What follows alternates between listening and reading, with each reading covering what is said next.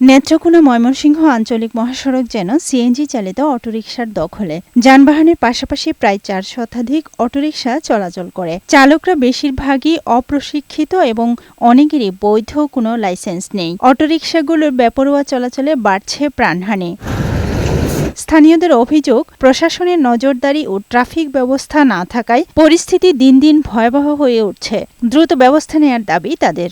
নেত্রকোনা ময়মনসিংহ রোডে খুবই দুর্ঘটনা হচ্ছে। সিএনজি মানুষের যানবাহন নিরাপত্তার কোনো বিঘ্নি হচ্ছে। নেত্রকোনা বিআরটিএ কর্মকর্তা জানান, গত ৩ মাসে নেত্রকোনা ময়মনসিংহ আঞ্চলিক মহাসড়কে ৬ থেকে ৭টি দুর্ঘটনা ঘটেছে।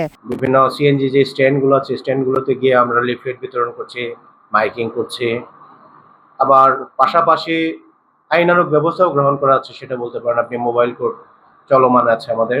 এ বিষয়ে নেত্রকোনা জেলা ট্রাফিক বিভাগের এক কর্মকর্তা বলেন, জনসচেতনতা ছাড়া দুর্ঘটনা কমানো সম্ভব নয়। সড়ককে বড় করা, যদি 4 লেন করা হয়, এটা অতি গুরুত্বপূর্ণ। পাশাপাশি সিএনজি এবং অটোরিকশা এই হাইওয়ে রুটে যাতে না চলে, আইনশৃঙ্খলা বাহিনী এবং জেলা প্রশাসনের এই ব্যাপারে সুদৃষ্টি কামনা করি। অবৈধ অটোরিকশা চলাচল বন্ধের পদক্ষেপ নেয়ার কথা জানালেন জেলা প্রশাসক। যে সমস্ত সিএনজিগুলো অবৈধ আছে, তারা যাতে 1 মাসের মধ্যে তাদের সিএনজিগুলো বৈধ করার জন্য যথাযথ প্রক্রিয়া অনুসরণ করে আবেদন করে আমরা যাচাই বাছাই করে যেগুলো বৈধ করা সম্ভব আমরা করে দেব। আফরোজা সুলতানা, বৈশাখী সংবাদ।